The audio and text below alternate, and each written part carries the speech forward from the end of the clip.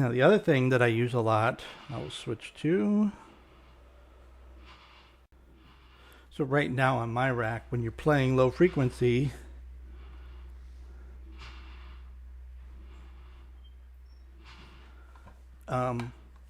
it doesn't, the cutoff doesn't quite catch everything. So sometimes a low note will ring. And I have the MIDI split, so the MIDI's been going through both of these at the same time.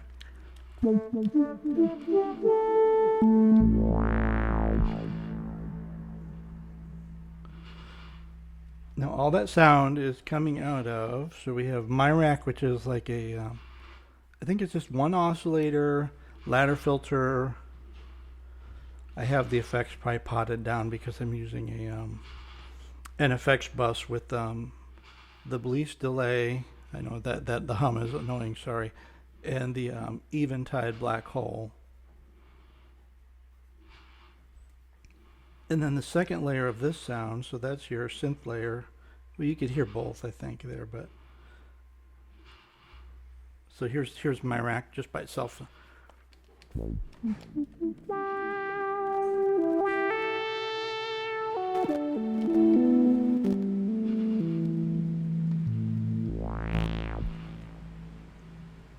And I do use the sawtooth leads a lot because those are really good sounds to play with breath control because of the filter, and you're removing all of the the overtones with your breath control basically, so you're able to get a really expressive sound on a saw lead. You can get good sounds on a square or pulse too, but I think the saw is kind of the classic wind synthesizer sound that you've heard a lot because it just can be so expressive. It's real easy to play and sound good. I mean, those are probably the two that I use. I probably use like a triangle or a square, and I use a saw. So I do gravitate towards these kind of old school semi-modular synth sounds like an Odyssey would do or like a Mini Moog would do. Probably just because of my age and what music I got into, all that stuff, the old ARP, the old Moogs, that's what I was listening to, on records, whatever it was, if it was Jeff Beck or if it was Elton John, any of those records, it was like an ARP Odyssey or it was a Mini Moog or it was a whatever, 2600. And so, I mean, I do tend to favor those kind of sounds, ladder filter, all the kind of basic stuff. Not that I don't like a lot of the 80s sound, and I like sparkly sounds too, but I find I use those more in layers because they don't respond as well to the breath control, I don't think, as some of the more virtual analog things do. So we're going to talk about the flute sound. So that was the Myrack patch. It's really very standard, oscillator filter kind of thing. Then we have the Swam alto flute sound.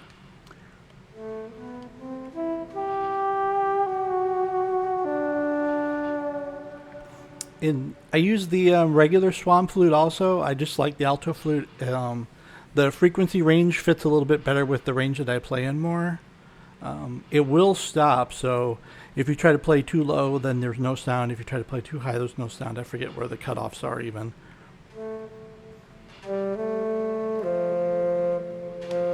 Yeah, it's right there. So low, probably E is the lowest note.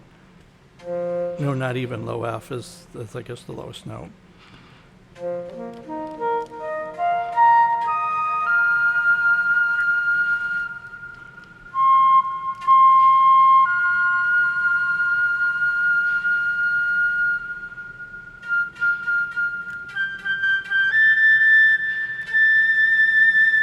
And then it goes up to A. So that's the cutoff. That's a pretty good range. So what do we have from here?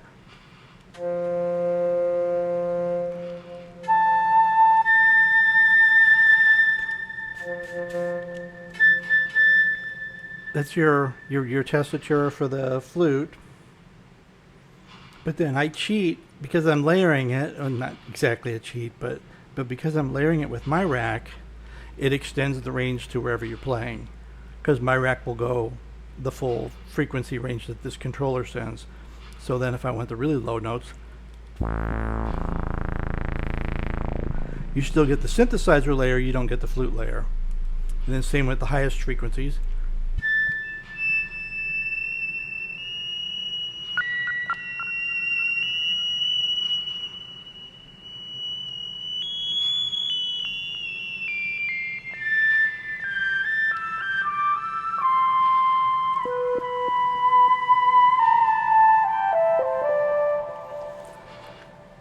It's interesting when you have a layered sound like that, if there's any slight differences in maybe how the intonation works or the pitch bend range, because as I'm playing, I do use a certain amount of pitch bend just naturally, like if you're playing a saxophone.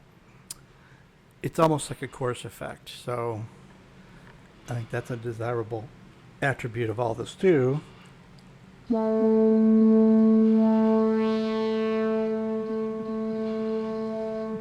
So what I tend to do when I'm playing this sound is I'll turn the synthesizer layer down more, and I use the same kind of approach that I did on that other sound, where I'm using the breath to bring in the second layer.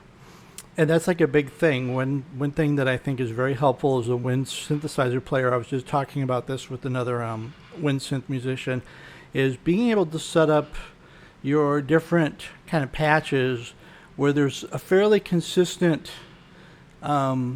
means of expression. So in other words, where possible, you set it up where you can play different sounds in a similar way.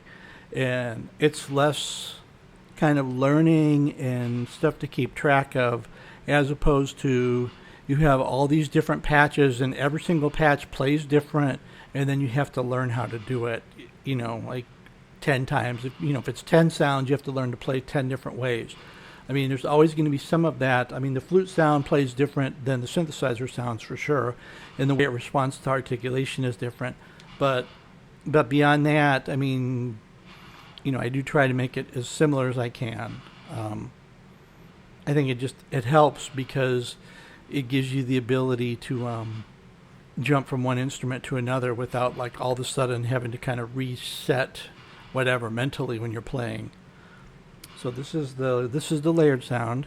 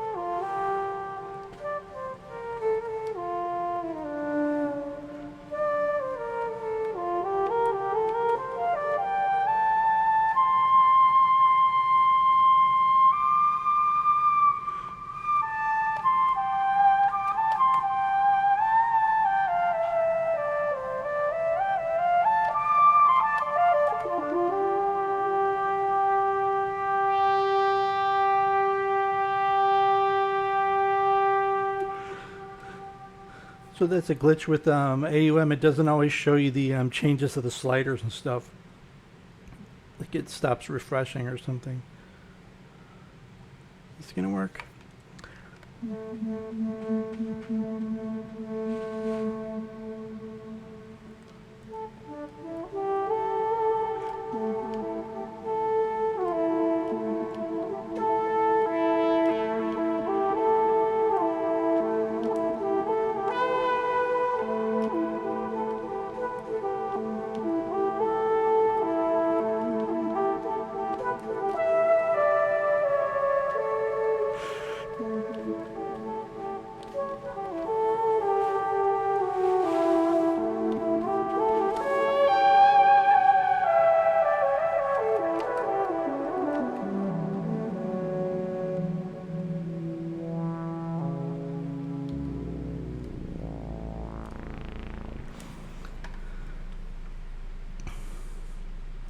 And I'll use the The reverb and the delay is similar on the iPad sounds that I would use it on the laptop sounds.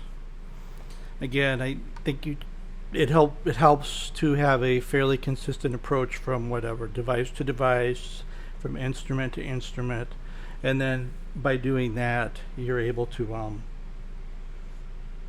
have fairly consistent control. So if you look at other sounds that I use, let's see if I can do this quick. Okay, because some of my icons moved around on this one. I'm not sure why. So one thing I like to play a lot is Odyssey, which you actually have to map the breath control through another app because Odyssey doesn't have MIDI learn. Like 71 and 74 are the CCs for 71, I believe, is the resonance, and 74 is the filter frequency, I'm pretty sure. So like when I'm playing these sounds,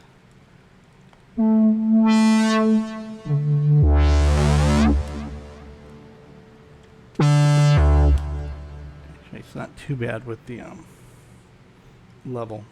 Let me turn it down a little bit. And I think I have the external effects on here, don't I?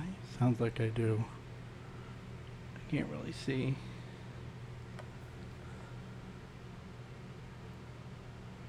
Yeah, that one's on. Yeah, the delay's on. Oh, because I have like multiple patches. So what I did is I saved one. It's the original preset, and I didn't really change the name. It's curried, right? So anybody using Odyssey, if you want to know the really good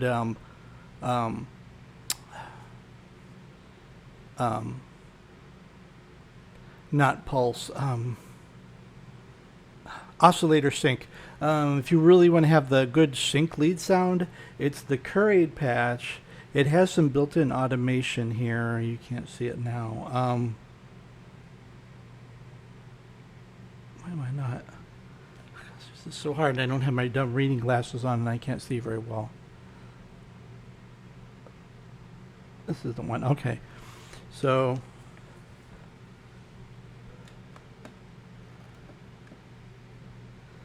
what we have, let's lean in a little bit. So there is a sequencer that's built into the Odyssey app. It's on the desktop too. And on this particular patch, there's parameter automation for the coarse oscillator frequency for the oscillator sync. I've moved these around a little bit, but what I discovered is by using the timing of the internal sequence that's moving the slider around and how you play the breath, I was able to come up with some really effective manipulation of the tone as I'm playing live. And that's this sound that I use quite a bit. So as the coarse oscillator frequency changes, I lean into it, and then it kind of creates the I don't know. I've called it a burping effect, but that's kind of a crude.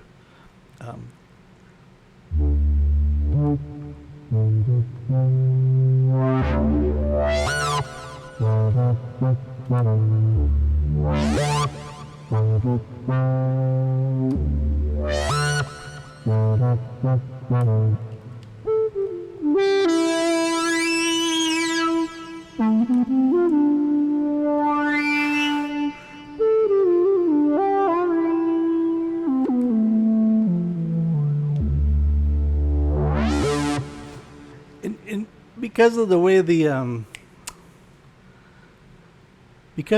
sequencer movement is, you can kind of hear when the frequency is shifting on it. So it's kind of signaling when you can lean into it and get that extra bite. Really, that's what that is. You're getting the bite of the oscillator sync. And I mean, it's just incredibly fun to play that, especially if you layer that with another sound, because then what happens, I could actually layer it with what I was using before because it's all still on. So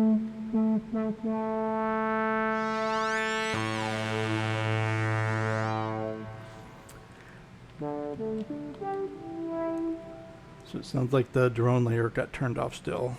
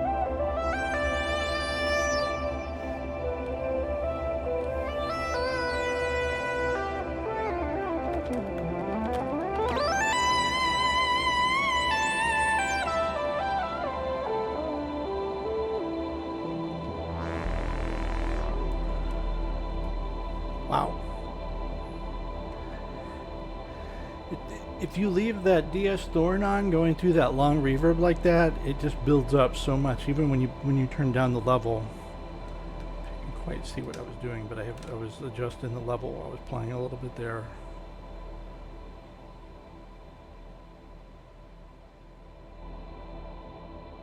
I just this for days.